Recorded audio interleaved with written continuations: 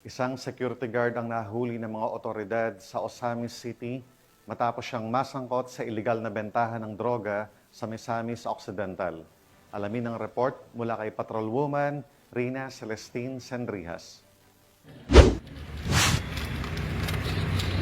Arestado isang individual sa ikinasang buy-bust operation ng mga operatiba ng Osamis City PNP sa Barangay Gango, Osamis City, Misamis Occidental nito lamang ika-11 ng Oktubre taong kasalukuyan. Kinilala ni Police Lieutenant Colonel Harvey Avellanosa, officer in charge ng Osamis City Police Station, ang suspect na si alias Mikmik, lalaki, 35 anyos, may asawa, isang security guard at residente ng Clarin, Misamis Occidental.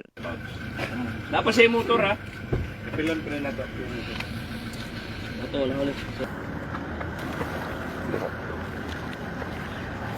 Sa iginasang drug buy-bust operation ng mga operatiba ng Osamis City Police Station ay nasamsam ang 9 na pakete ng hinihinalang shabu, isang 500 peso bill na ginamit bilang buy-bust money at iba pang mga drug paraphernalias. Haharap ang suspect sa kasong paglabag sa RA 9165 o Comprehensive Dangerous Drugs Act of 2002. Mula dito sa Camp Capistrano, Busa, Cagayan de Oro City, ako ang inyong Police News Network Correspondent, Patrolwoman Rina Celestine Sendrijas, alagad ng batas, tagataguyod ng Balitang Pulis.